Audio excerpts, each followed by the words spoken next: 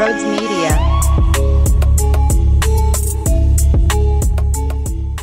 Yo, what's going on, everybody? Welcome on in to Sports Talk with Brodes. So, as you do after a monster beatdown victory, you go rewatch it, right? I actually forgot that that's what you're supposed to do.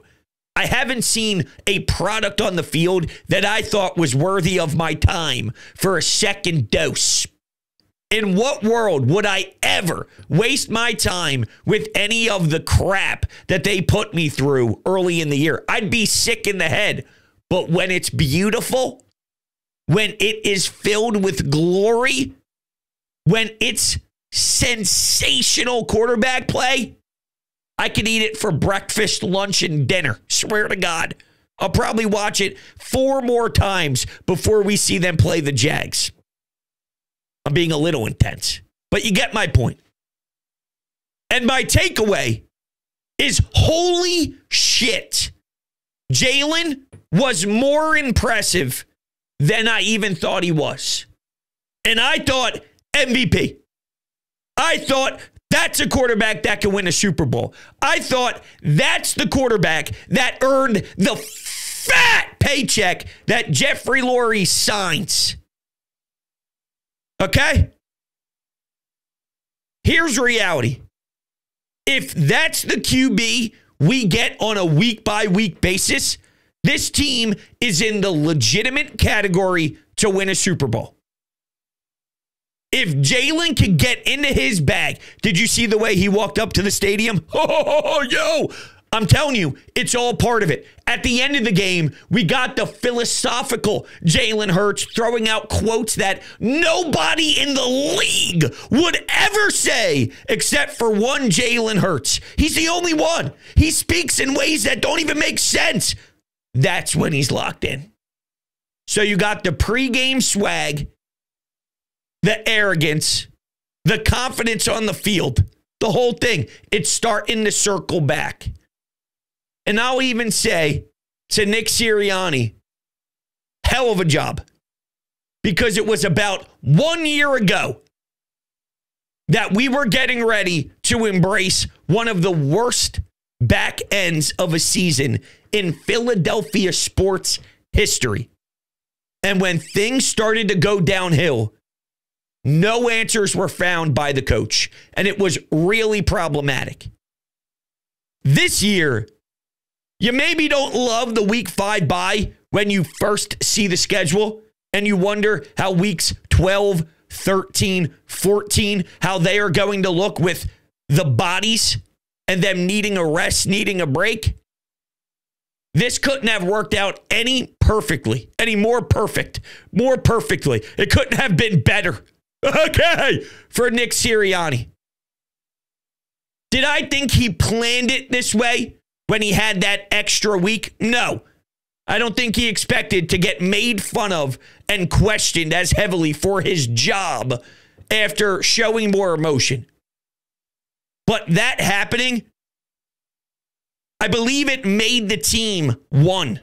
It made the team more of a family. It brought the team closer together. Forget how I feel about Nick. Forget how some of the fans feel about Nick. It doesn't really matter which way you fall. The only thing that truly matters is how they respond to the coach.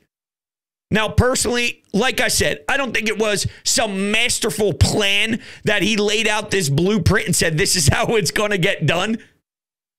But when something so ugly happens, knowing that under his watch, you've already seen it collapse, he has the locker room. He still has the locker room because we never get here if he doesn't. He still has the locker room, even after he gets his power stripped and he is in a really rough spot with the owner and the GM. This is all impressive for him to be able to do this, and I don't know how many guys can. I don't. This thing is back on the right path and probably even jumped a few steps further ahead. I didn't believe we'd go from it was only the Giants and it was only the Cleveland Browns to damn special. And a lot of that, though, goes back to an original thought, which is the quarterback holding this offense back? When he shines, you're back to being a Super Bowl contender. I know it's not as simple as one person. There's a correlation with why there was more under center snaps, why there was more plays that were able to be hit over the middle. It all works as one. And when everybody's pulling their same weight, that's how you get the product that we see. So everyone's doing their part. Jeff Stoutland, this offensive line, Tyler Steen outside of a couple penalties, lack of pressure on that side from the other team and their pass rushers. It's amazing. Devontae, after a frustrating -2 yards a week before and a play that happened very similar to that one, where he's losing yards with a quick throw after the snap. I'm sure he wasn't in a good headspace. Doesn't cry, doesn't pout, stays in control, has one of the best touchdowns that we will see all season. That was nuts for him to win that battle and go up and catch that football downfield. He's sick, just sick. And when AJ and Saquon go to work and this whole thing starts to create life, I don't know who stops them. It's ridiculous. So it's not just the QB and head coach, Nolan Smith. It looks like the game is starting to slow down for him a bit more. I wouldn't be shocked if we start to hear his name more aggressively. You're starting to notice him. You're starting to recognize him. You see that number 3. And it's not just because he's matched up against Jamar Chase in the back of the end zone and all of us are thinking the same damn thing. Vic! Vic! You've been around football way too long. Why is Nolan Smith on Jamar Chase? I'm watching Joe Burrow. He's moving traffic and yo, look who's on you, bro. Let's make this thing, 7. And they did with ease. But he's starting to actually have a real pulse. Cooper DeJean, listen to him explain what happened and what he saw and how he was so ready for that 4th and 1 against Jamar Chase.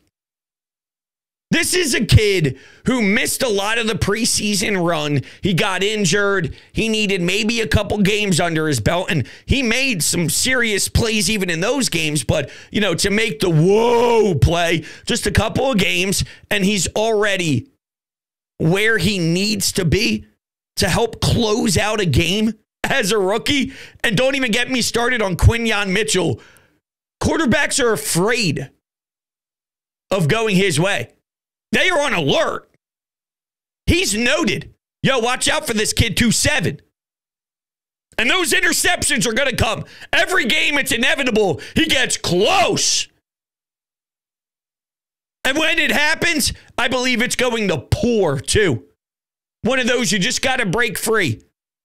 But when QBs get the game plan and when they see the defense they're going up against, and it happens to be the Eagles, you see Slay on one end, you see Quinyon Mitchell on the other.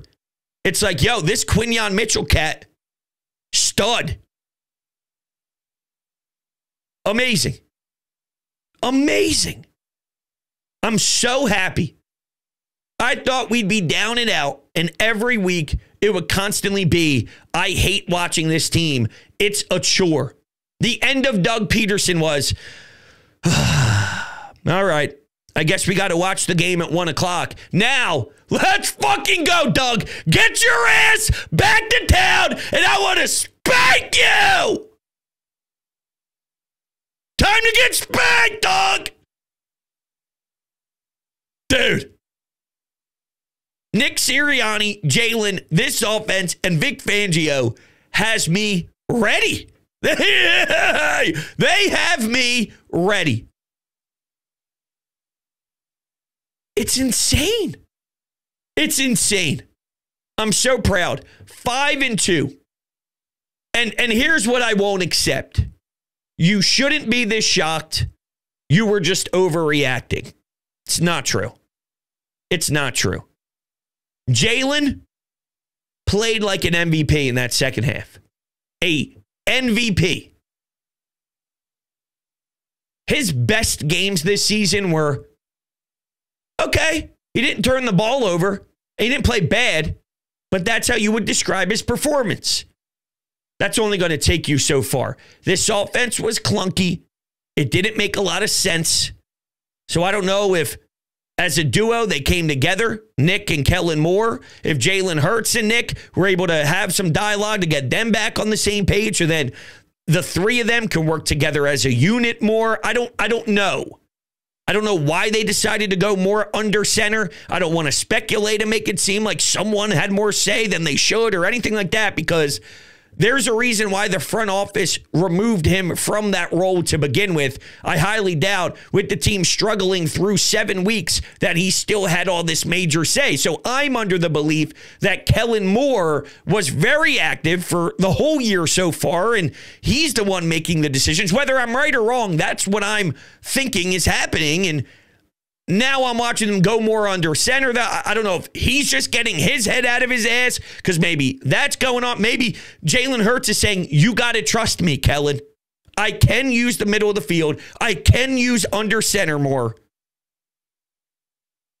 Let's do it. Give me a shot. Let me prove it to you.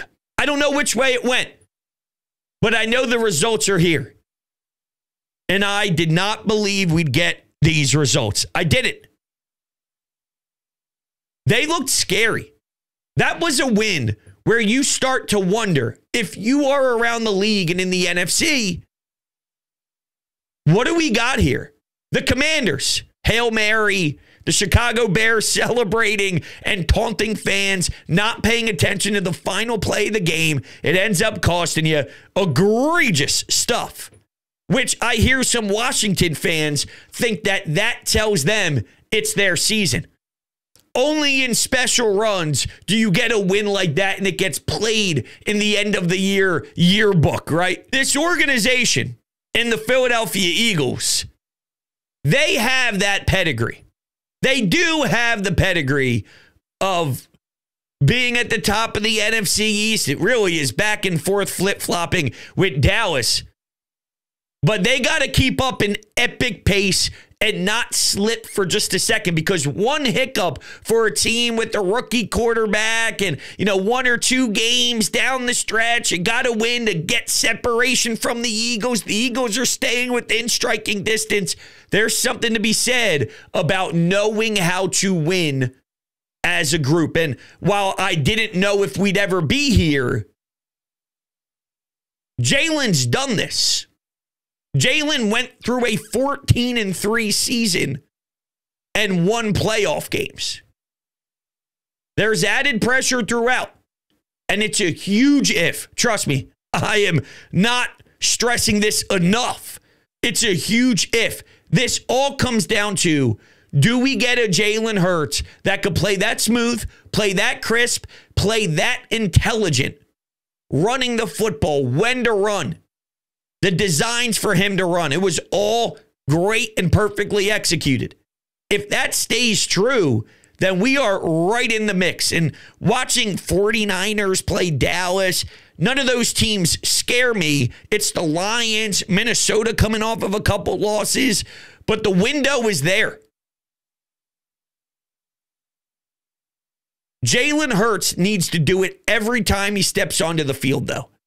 If we get a game next week and after the game's over, they win 14-12 in just a legitimate throw-up fest, and Jalen had an interception, a fumble, and threw for 260 yards with the tush push, or maybe even 2 tush pushes, and that's how they get both of their touchdowns to win 14-12.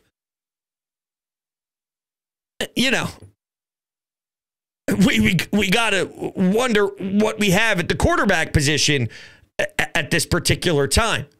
Just meaning, do we have the game against the Cincinnati Bengals Jalen, Or do we have the turnover heavy Jalen? Or do we have the okay Jalen? And why is it one of those three a 33% chance to get one of those on a week-to-week basis? That's not going to cut it.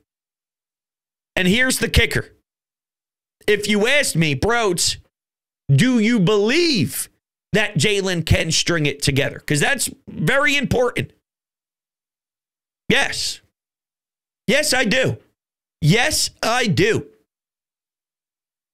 I started to question Jalen, but to do that, you're a known believer, right? I'm a believer, and then I started to go, I don't know. This is crazy. He doesn't look the same. But I'm saying he doesn't look the same because I once thought of him as this crazy special top-end quarterback that others want to find in this league. Now, it's interesting. I took a phone call saying that we can't judge Jalen Hurts as a Josh Allen, as any of these big quarterbacks that were drafted high in the draft, a Caleb Williams, because he was a second-round draft pick. And I go, no. While there is truth in this statement, when someone is drafted later on, there might be some truth to the limitations, meaning, yeah, there are a few things just from a skill set standpoint that Josh Allen can do, that Lamar Jackson can do, that Caleb Williams can do, that any of these premier quarterbacks can do.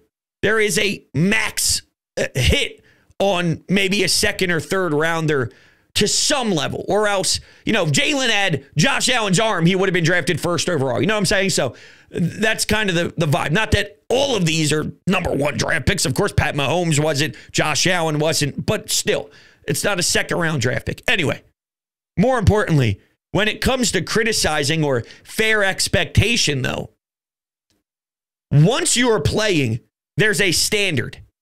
Once you're in the pocket, there is a standard. No matter if you're drafted in the 6th round, 5th round, 3rd round, Brock Purdy's playing as Mr. Irrelevant, not because he's Mr. Irrelevant. It's because he's bringing that team to NFC championship games. He's bringing that team to Super Bowls. And I didn't think he had a bad game in the Super Bowl when he most recently played Pat Mahomes, even with a defense like Spags that was rocking the world with greatness.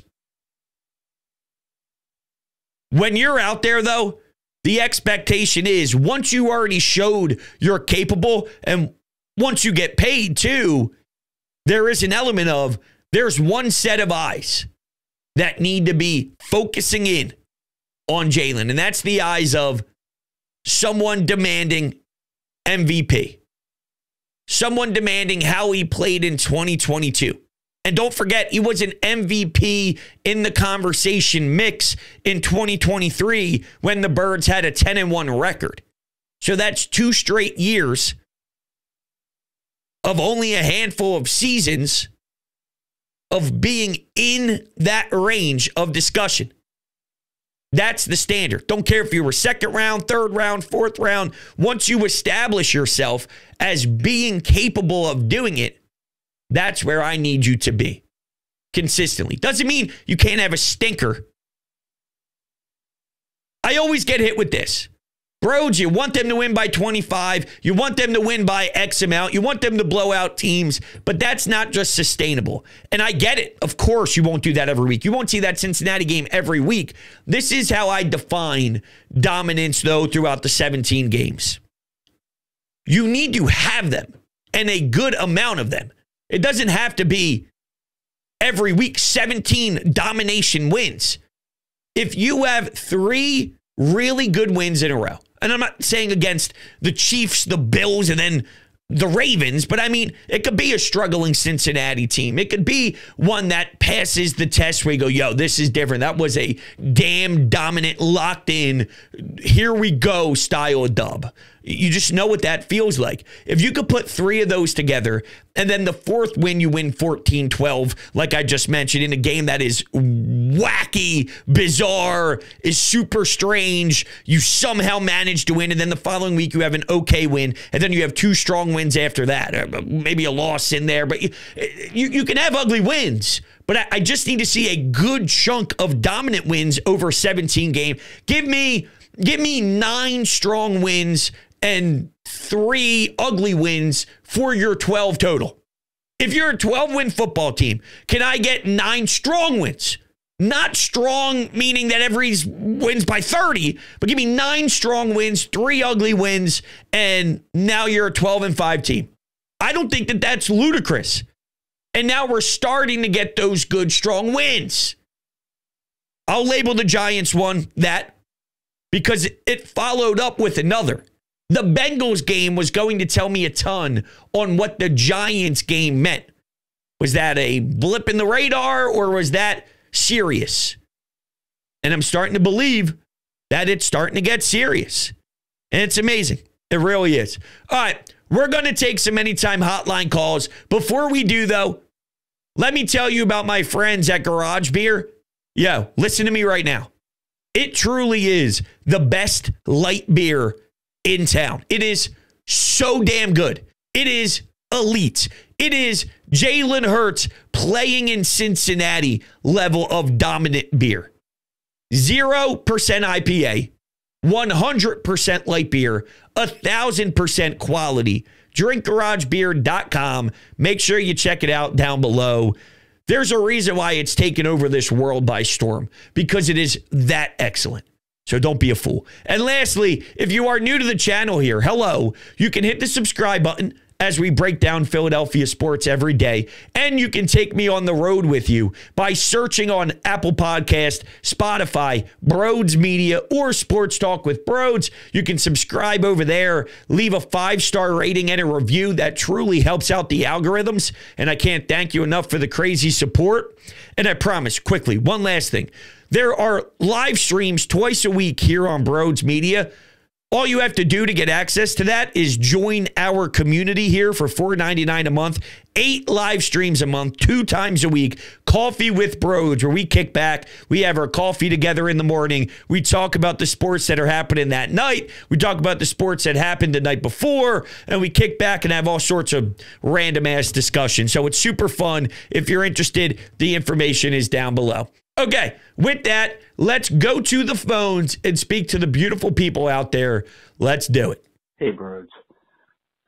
I've been thinking about the Eagles, and I'd like to draw up an analogy for you. I don't know if you fish, but I do heavily. That is my sport of choice after football. And when I sit on the beach going after a 40-inch striper, and it's 80 degrees, and they're not biting, why? Why are they not here yet? It's almost November. They should be running. Then I think about the changes in the weather and how 85 degrees this coming Wednesday and Thursday is not normal. And so it turned them off. That's what I think about the Eagles. Huh? You're going to be like, what do you mean? I mean, minuscule changes can predict the future. And I think this minuscule change of the Eagles saying, hey, Howie, stick it, we're going to run the ball, is so important for them to be able to succeed. Since that's happening, well, they're winning. Keep doing it, keep doing it. Because just like the Stripers, they know when change is happening, for good or bad, and I'm paying for it on the beach. Let's just hope the field doesn't see the same thing. See you, Brodes.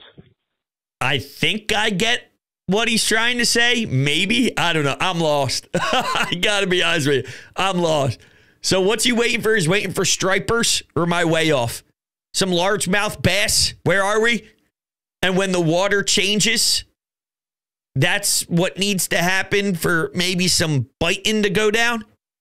And when the weather changes, a little change, and maybe a little change goes a long way for the Eagles as they may start to bite in the second half. I don't know. I think that's the tie. It's unique. We just need to clean up the edges a little bit, maybe. Or maybe I'm out to lunch. That's very possible. And to tie it together with Jalen Hurts, though, it sounds very similar to what Jalen's saying postgame. A fool isn't a fool for making a mistake. A fool is a fool for refusing to learn. Jalen. This guy is absolutely ridiculous. Whenever you start getting motivation and you start getting all sorts of quotes from Jalen that sounds like that, you're back in business. As much as I laugh and shake my head and wonder how the hell someone of his age is Jalen, I do understand that screams to me, this league better watch out. Jalen's tapped in. Jalen is wired in. Before the wires weren't connected. Well, guess what? An electrician went in there and fucking figured it out. And now Jalen is so far into his bag of tricks, you don't know what's about to happen. That's where I'm at. That's where I'm at. And the more I try and process this, because I'm not running away from the fact that I was really lost, really broken, and I would curse about this team every second of the day. How could I flip so dramatically? And there's a fair question to be asked when it comes to that. And I guess this is how I justify it to me. Why was I mad? I'm not going to be mad if I feel the team is a 6-win team. If I think they're a 9-win team. If I think they're an 8-win team. I probably recognize this is who they are. This is why we're getting the product we're getting. But that anger came from somewhere. And the somewhere was, it's impossible for this offense to be that bad. It's impossible for this offense to not be good enough. If the offense was just average or a tick above that, no.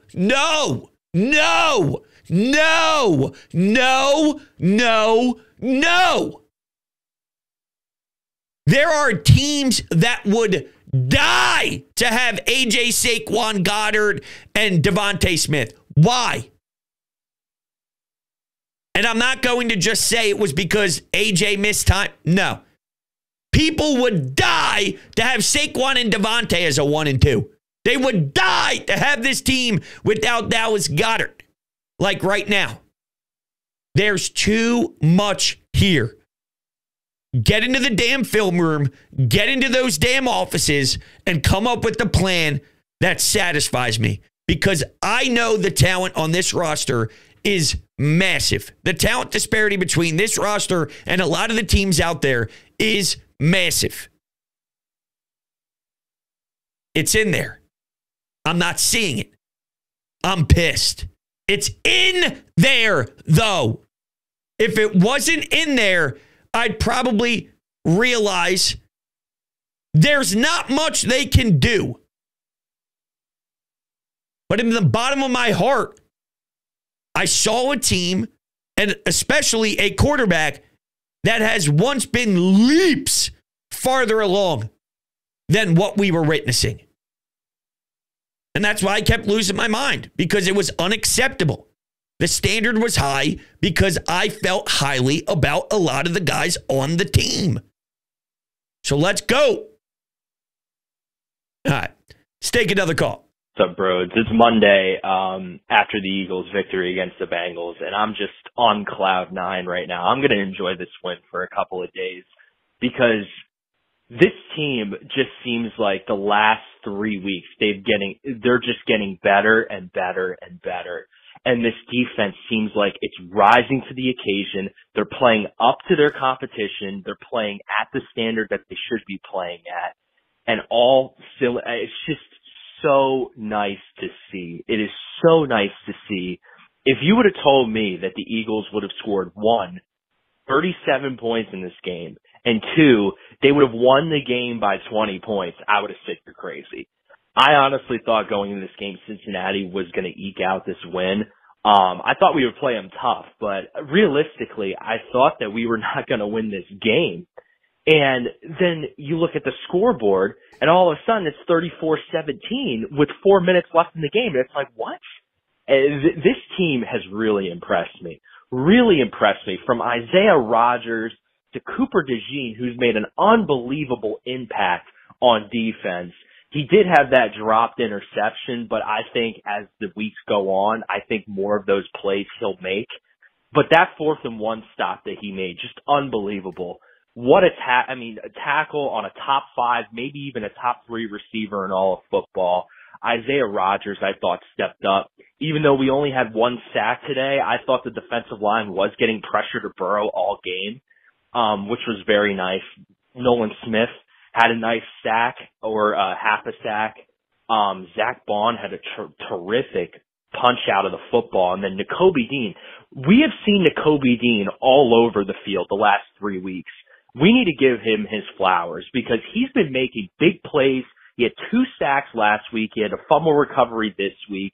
He's had great tackles all throughout these last 3 weeks. I think we need to start giving Nakobe Dean his flowers because he's been really stepping it up and impressing me. I agree with you, and I think Vic Fangio has a lot to say about that because they're using him in way. I mean, when he goes downhill, that maximizes his strengths. When he's dropping back into coverage, sometimes you put your hands over your eyes because you don't want to see that again or whatever. He gets beat. He's not the best in coverage, but when he goes downhill and he's full throttle attacking and he can make some tackles and be aggressive, there is a unique skill set to what he provides. And you're right. You're right. He hasn't been able to stay healthy for a while. Then he came off of a super slow start. And I truly believe part of the reason why Vic Fangio is to be at, to get a lot of this love, I guess, is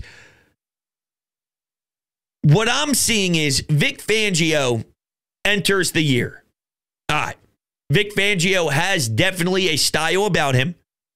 There's a lot of disciples out there. He's got a foundation, but he looks at his foundation and then he applies his team the best way he can to that foundation. Then you start to see, what do I have here? And then you get to see what they all bring to the table. This guy, maybe it's a little different. This guy, maybe it's a little different. This guy, maybe it's a little different. And now you look at your beliefs and your concepts, your foundation, and these men. And then you start tying things together. Then you start putting the puzzle pieces together and you can adjust a little bit and realize that, hey, we can't do as much as I wanted to do in this department, but we'll counter it by doing something in this department because of their strengths. And now there's a togetherness. I believe it was Josh Sweat early in the season said, we aren't rushing together as a unit.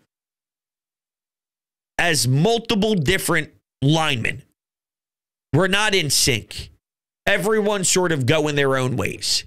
And I remember specifically saying, well, then, yo, Vic, yo, Nick, yo, guys, do what you got to do and get your ass in sync. Now they are. And now you're seeing the product. And they're definitely making more of an impact as the men in the trenches. And it's only going to continue, especially if Nolan Smith takes more strides, if Cooper DeJean can be sent as a blitzer, if Nakobe Dean can go downhill. It's pretty remarkable we're here. It really is. All right, everybody, I love you to death. You know that. Thank you all so much for supporting. You guys are truly the best in the entire world. Love you, and I will see you all on the next one.